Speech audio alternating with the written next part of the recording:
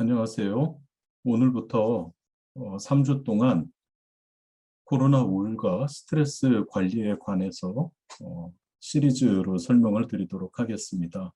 오늘 첫 번째는 코로나 우울에 관한 내용을 간략히 설명을 드리도록 할게요. 제가 설명드릴 순서는 다음과 같습니다. 첫 번째는 코로나 팬데믹이 정신건강에 미치는 영향이 어떤지, 두 번째로 코로나 우울이라는 것이 무엇인지, 세 번째로 코로나 우울의 현황과 원인, 그리고 마음 건강 챙기기에 관한 자료들을 좀 간단히 공유를 하도록 하겠습니다. 작년 2020년 1월부터 코로나 대유행이 지금 시작되었습니다. 처음 대유행이 시작되었을 때는 코로나로 인한 환자들이 급격하게 늘어나고 또 그로 인해서 사망자들도 늘어나게 되고 코로나 대유행이 지속될수록 이 사망자와 또 코로나 환자들이 늘어나게 될 수밖에 없죠. 그리고 나면은 그 사이에 코로나가 아닌 다른 일반 환자들 같은 경우 병원에서 적절한 치료를 받지 못하게 되어서 2차 파도는 이 급성기 질환을 갖고 있는, 예를 들어서 심근경색이라든지 뇌출혈이라든지 이런 급성 치료가 필요한 환자들이 급증을 하게 됩니다. 그리고 이제 세 번째 단계에서는 이 만성 질환을 갖고 있는 환자들이 우선순위에서 코로나 환자, 급성기 질환 환자보다 이 우선순위에서 늦다 보니까 만성 질환 환자들이 제대로 치료를 받지 못해서 이 환자들의 비중이 높아집니다. 그러면 정신건강은 어떻게 되느냐? 코로나가 시작되는, 대유행이 시작되는 시점 비슷하게 정신건강의 문제들이 드러나게 되고 계속 증가를 해서 코로나는 비록 줄어들었다 하더라도 계속해서 이 정신건강의 이슈들은 지속적으로 문제를 일으키게 됩니다. 특히 코로나가 정신건강에 미치는 영향을 보시면 크게 세 가지로 분류할 수가 있습니다. 첫 번째는 어떤 사회 경제적으로 지금 불안정성이 강하고 또 불확실성이 높아져 있어서 내 미래, 내 고용에 대한 또 경제적인 어려움 이런 것 때문에 우울해하고 불안해하는 분들이 많죠. 두 번째로 사회적 거리두기로 인해서 집에만 있게 되고 다른 친한 친구들을 만나지 못하고 심지어 운동도 한동안은 못했습니다. 그러면서 이제 외로움이 증가되고 스트레스가 쌓일 수가 있고 또 세 번째로 필요한 병원 진료라든지 복지 서비스에 제대로 접근하지 못하는 이런 문제로 인해서 심리적인 동요와 어려움이 생기게 됩니다. 두 번째로 코로나 감염에 관한 직접적인 공포와 불안이 있습니다.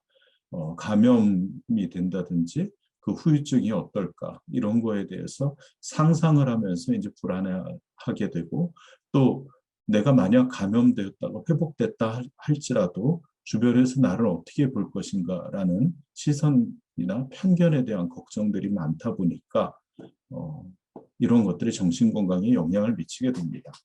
세 번째로 내가 만약 직접 코로나에 걸렸다 하면은 바로 격리가 되고 강제로 입원 치료 또는 생활 치료 시설로 바로 전원을 하게 되죠. 그런 과정에서 트라우마가 있습니다. 특히 친한 지인이나 가족이 감염되고 사망하셨다 하면은 이제 상실감이라는 커다란 트라우마를 겪게 됩니다. 결국 이제 국민들의 정신 건강이 저하되고 정신보건 의료 서비스의 이용이 점차 이제 증가하게 됩니다. 조금 더 이제 구체적으로 보시면은 이런 도식으로 설명할 수 있을 것 같습니다. 코로나가 증가하면 취약계층, 특히 기존의 정신질환을 앓고 계시는 분들이나 회복 탄력성이 낮은 사람들, 노인이나 소득이 낮은 분들, 또 만성질환을 갖고 있는 분들, 또 이번에 중국 우한이나 또 초창기 경북 대구 지역의 주민들, 또 코로나로 인해서 사망하신 분의 지인이나 가족들이 취약계층입니다. 이분들이 새로운 정신질환을 앓게 되거나 또는 기존 정신질환이 악화됩니다. 그래서 결국 최종적으로는 자살과 자살 시도의 위험이 높아지는 순서를 가게 됩니다. 그러면 이제 코로나 우울이 무엇인가에 대해서 간단히 설명을 드리도록 하겠습니다. 코로나 우울이라고 하는 거는 제가 이번에 예시를 들은 거는 저희 국립정신건강센터의 웹사이트를 보시면은 다음 자세히 설명들이 있으니까 참고하시면 될 것 같습니다. 코로나 우울은 이 용어는 우리나라에만 있는 용어입니다. 예전에는 이제 코로나 블루라고도 했었죠. 코로나로 인해서 어떤 일상생활에 큰 변화가 있고 충격이 있으면서 생긴 우울감이나 무기력증을 의미합니다. 이 코로나 우울은 우리가 흔히 알고 있는 주요 우울 장애라는 질환보다는 좀 덜한 정도의 우울감이나 무기력증입니다. 그리고 이 코로나 우울은 우리나라에만 있는 용어입니다. 외국에서는 오히려 코비드 19 퍼티그, 마치 이 코로나로 인한 피로 증후군이라는 용어로도 사용이 되고, 의학적 진단의 관심사보다 떨어지는 수준의, 낮은 수준의 일상생활에 영향을 주는 우울감 또는 무기력증이 있을 때 코로나 우울이라고 합니다. 코로나 우울로 앞서 말씀드린 것처럼 기분 저하가 2주 이상 계속되면은 주의가 필요합니다.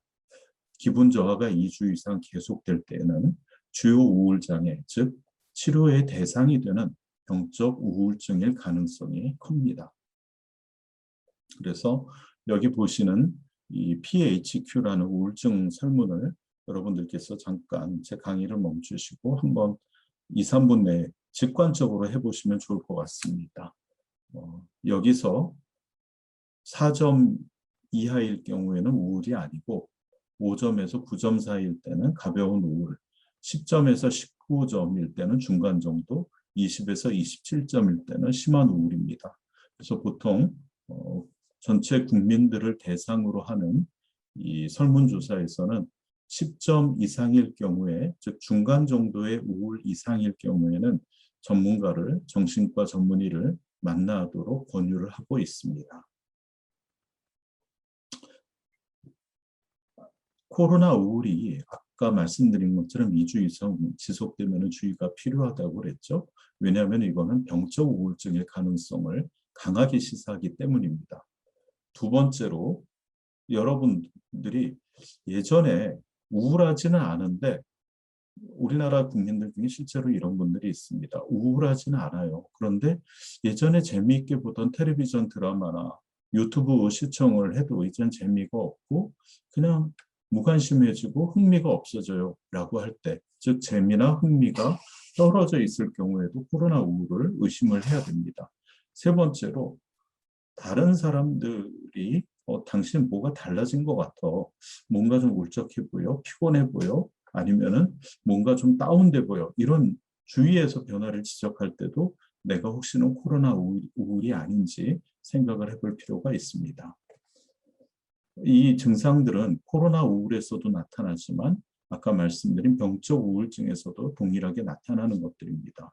특히 이 기분의 저하도 있고 생장감이라고 해서 내가 건강하고 활력이 있는, 살아있는 느낌, 이런 것들이 줄어들게 되고요.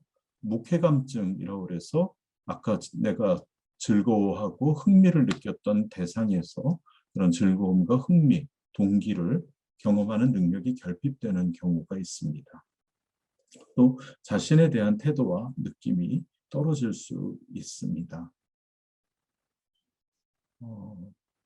대부분의 코로나 우울이 있고 특히 심각한 우울증이 있으신 분들은 우울합니다, 아니면 내가 너무 슬프고 힘들어요 라고 얘기를 하지만 그 전 단계에서는 잘 모를 수 있습니다. 그럴 때 다음과 같은 변화들이 나타나면은 혹시는 무쾌감증은 아닌지, 우울증은 아닌지, 아니면 보편적인 코로나 우울은 아닌지 의심해 볼 수가 있는데요. 가장 흔한 것이 사회적인 관계의 위축입니다. 친밀한 사람들과 관계를 단절을 하고 자신과 타인에 대해서 부정적인 이야기들과 부정적인 느낌을 갖고 있고, 또 언어적으로나 비언어적으로 정서적인 표현이 줄어들게 되고 사회적 상황에서 적응이 어렵고 또 가짜 감정을 보이는 경향도 보입니다. 분명히 저 정도면은 평소 같으면 슬퍼해야 될 사람이 억지로 마스크를 쓴 것처럼 행동을 합니다. 예를 들어 결혼식에 가서 남들한테 우울한 거를 숨기기 위해서 행복한 척 연기하고 오버하는 경우들이 있죠. 또 성욕이라든지 육체적인 친밀함에 관해서 흥미가 줄어들고 자꾸 항상 몸이 아프다고 호소하는 분들도 묵회감증을 의심을 해봐야 되고 혹시 코로나 우울이 아닌지 병적 우울증이 아닌지를 반드시 생각을 해보셔야 됩니다. 또 우울증은 다음과 같은 질환들이 동시에 같이 나타날 수 있습니다. 술이나 요새 주식, 게임, 도박 이런 데 중독 현상들이 많이 나타나고요. 또 식이장애들이 있습니다. 또 분노 조절을 못하고 충동 조절이 안 돼서 공격성이 드러나는 경우도 많고요. 또 공황장애나 강박장애 같은 불안장애가 있을 경우도 있고 또 원래 경계성 인격 장애가 있는 분들이 우울증이 상당히 높은 빈도에서 우울증이 나타나기도 합니다. 보통 그러면 우울증은 어떻게 하면 되느냐? 보통 40% 정도는 3개월 이내에 조금씩 좋아집니다. 그리고 80% 가까이가 이 우울증이 시작되고 나서 1년 정도 있으면 이제 회복이 시작됩니다. 그런데 3개월이면 우리가 일상적으로 생각할 때 별로 그 긴 기간처럼 안 느껴지지만 우울증 환자들한테는 하루하루가 1시간이 정말로 계속 요새같이 이런 따스한 봄바람에도 내 가슴과 내 피부를 바늘로 찌르듯이 아프다는 그런 고통을 호소하십니다. 이게 매일매일 90일 동안 매일 바늘로 여러분들 찔림을 당한다고 생각해 보시면 이게 얼마나 참을 수 없는 어려움인지 아실 겁니다. 이게 치료를 늦게 할수록 회복될 가능성은 점점 줄어들고요. 빨리 치료를 할수록 빨리 회복될 가능성이 점점 높아집니다. 그래서 치료를 제대로 안 받을 경우에는 10% 이상이 5년 이상 지속되고 7%가 10년 이상 그냥 그런 상태로 우울한 상태로 살게 됩니다. 그래서 우울증은 발견을 하면 빨리 하면 할수록 적극적으로 치료할 필요가 있습니다. 두 번째로 치료가 중간에 중단이 될 경우에는 우울증이 잘 치료받아서 마치 이렇게 꾹꾹 발로 땅을 밟아 다져놓은 것 같은데 우울증이 땅 속에서 점점점 커져가지고 처음보다 더 세져서 다시 튀어나오는 그때는 발로 밟아서 안 되는 마치 불도저 같은 거로 밀고 이 롤러로 길을 닦는 큰 롤러로 밀어야지만 다져야지만 들어갈 정도로 강해집니다. 그래서 치료를 한번 시작하면 제대로 치료를 해야 되고 증상이 좀 나았으니까 이제 그만 다녀야지 이렇게 여러분들이 판단하시면 안 되고 반드시 정신과 전문의 선생님과 주치의 선생님과 상의하셔서 치료를 중단을 결정하셔야 됩니다.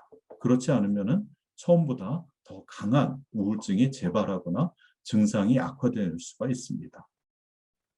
우리나라 코로나 우울을 보시면 이렇습니다. 지난 2020년에 3월, 5월, 9월, 12월을 보면은요. 아까 말씀드린 것처럼 이 불안 척도의 10점 이상인 비율이 여자들은 약 한 20% 정도, 남자들은 한 14% 정도가 불안 장애의 위험이 있고 정신과 의사를 만나볼 필요가 있는 분들이 전체의 한 국민의 5분의 1 정도가 여기에 해당됐습니다.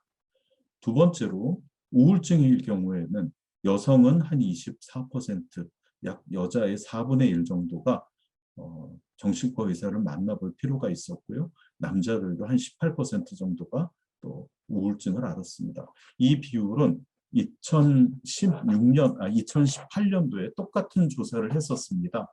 그 당시에는 우울증 같은 경우 전체 국민의 한 4%, 그 다음에 불안장애, 우울증은 한 4%, 그 다음에 자살 생각을 갖고 있는 분들은 약 한 2% 정도에 불과했었는데 지금 그때에 비하면 5배, 그리고 자살 같은 경우는 지난 일주일 동안 자살을 생각했다라고 응답한 사람들이 13%로 7배 정도 늘었습니다. 이만큼 정신건강이 상당히 심각해졌고 여기에 관련되는 것들이 지금 코로나 우울이라고 생각하시면 좋을 것 같습니다.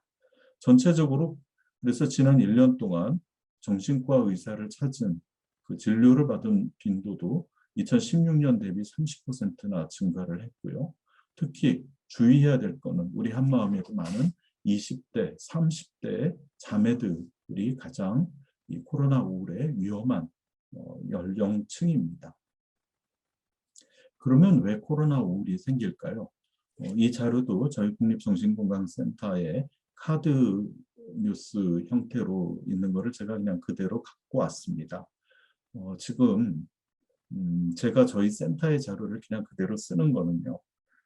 여러 가지가 있지만 하나는 뭐 이해하기 쉽고 기억하기 쉽게 저희가 잘 만든 것도 있지만 지금 코로나 우울에 관해서 또 자살에 대해서 정신건강에 대해서 유튜브를 보면은 거짓말들이 상당히 많습니다.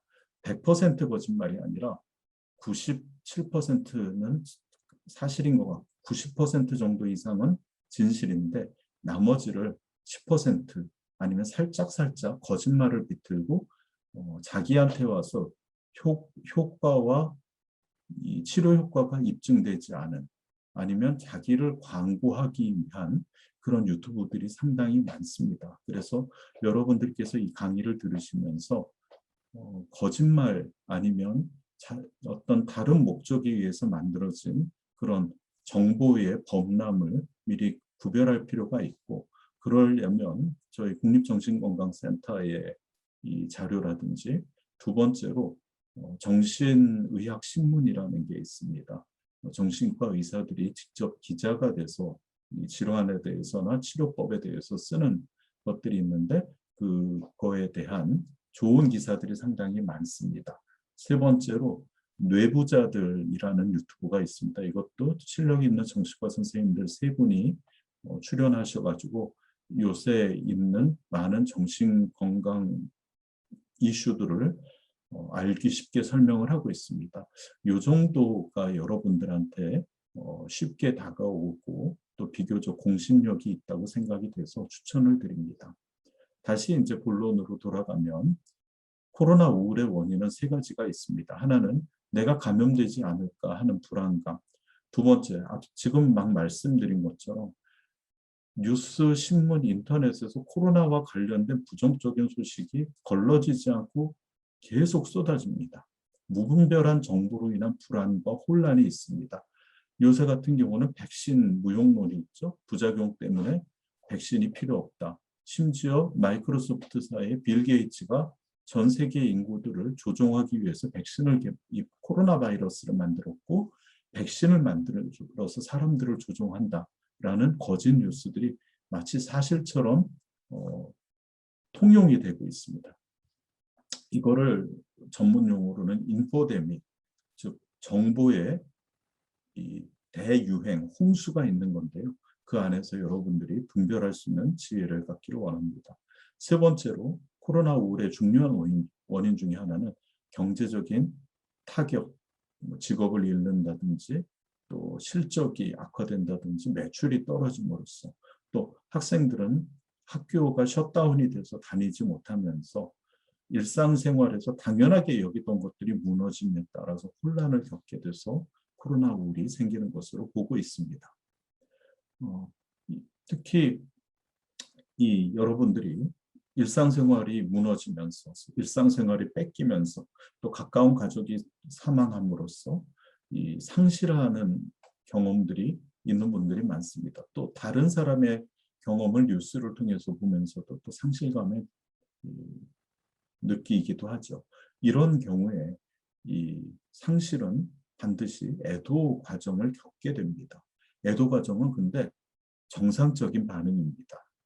여러분들께서 헷갈려서는 안 되는 게 어떤 사랑하는 가족이 사망을 했거나 아니면 내가 실직을 했거나 아니면 친구가 무슨 변고를 당했을 때 그 친구를 잃음으로써 또 건강을 잃음으로써 경제적 능력을 잃음으로써 느끼는 슬픔은 부인한다고 없어지는 게 아닙니다.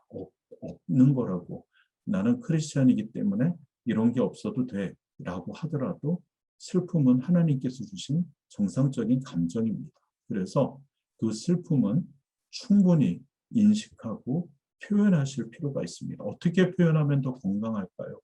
정답은 없는 것 같습니다. 여러분들이 이제껏 살아온 수십 년 동안의 인생 속에서 여러분들이 가장 잘 표현하는 방식으로 그냥 표현하시면 될 것 같고요. 또 애도 과정의 슬픔의 표현은 문화에 따라서 다르고 시간에 따라서 다릅니다. 예를 들어서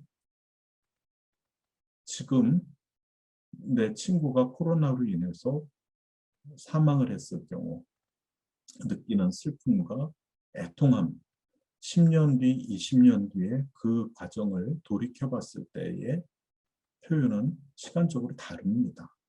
그리고 또 하나 기억하셔야 될 거는 시간이 지나면서 점차 주는 게 아니라 어떤 사람은 똑같다가 갑자기 뚝 떨어지는 경우도 있고 어떤 사람은 느끼지 못하게 서서히 주는 분도 있고 어떤 사람은 그냥 이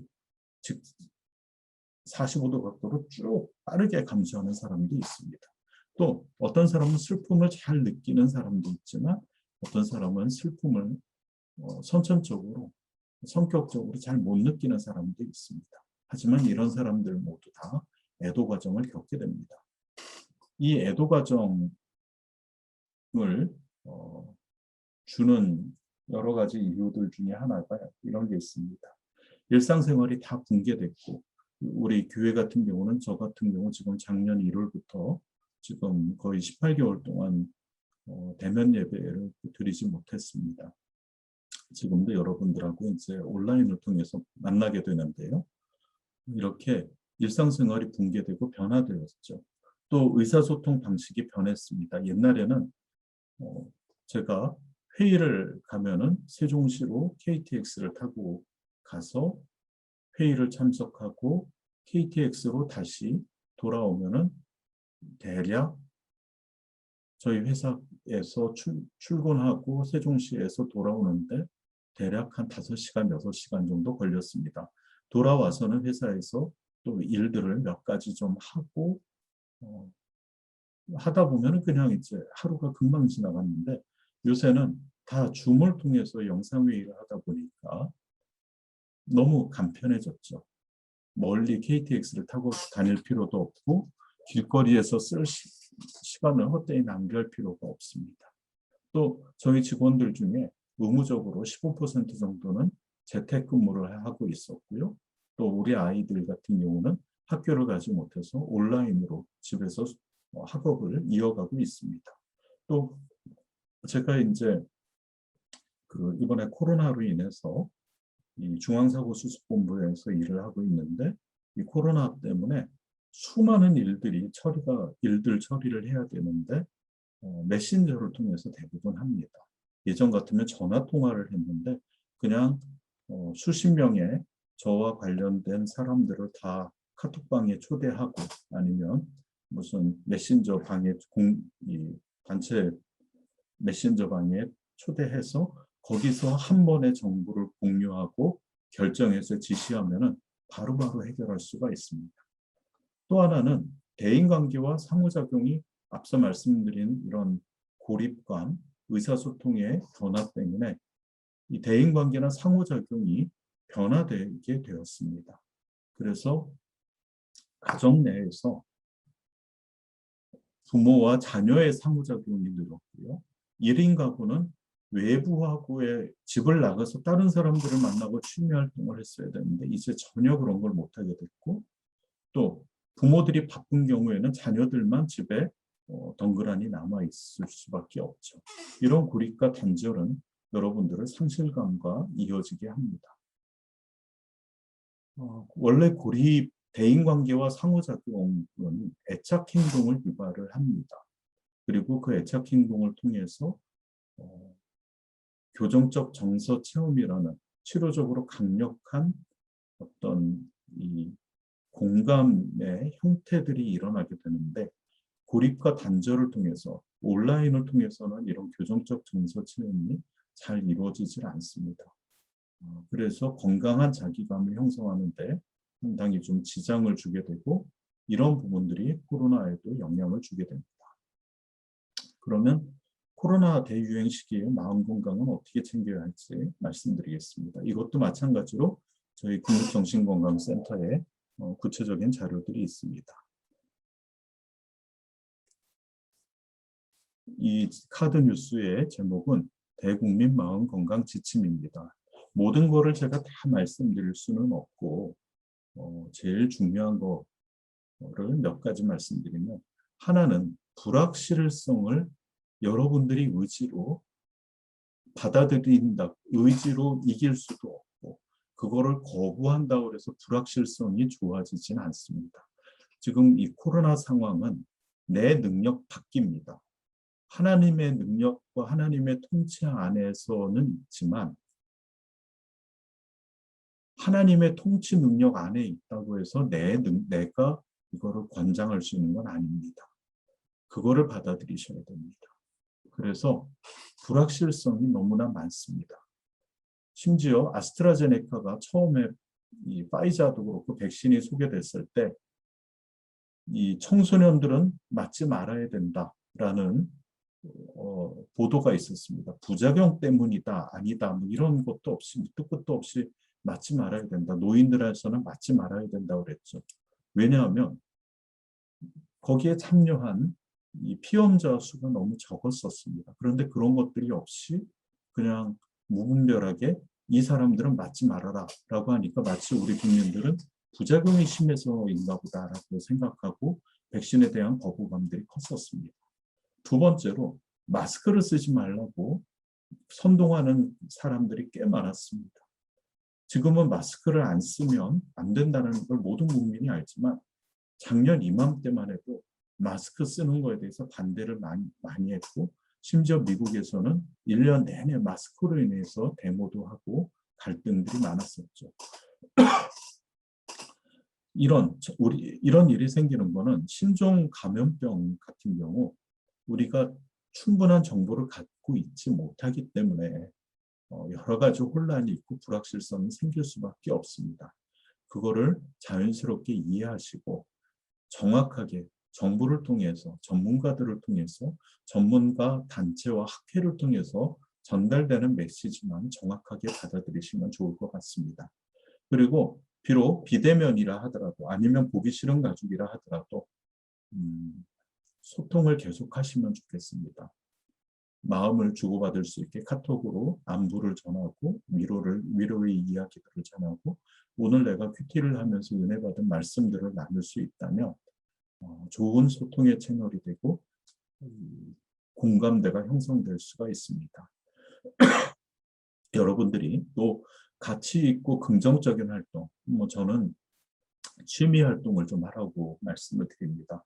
저 같은 경우에 지금 작년에 청도 대남병원에 갔다 오면서 가끔씩 그 당시 그 병동 안에서 일어났던 일들이 꿈에도 나타나고 상당히 힘들어할 때가 있습니다. 잠을 많이 잘 때는 한 3시간, 4시간 자고, 못 잘 때는 한두 시간만 자고 못 잡니다.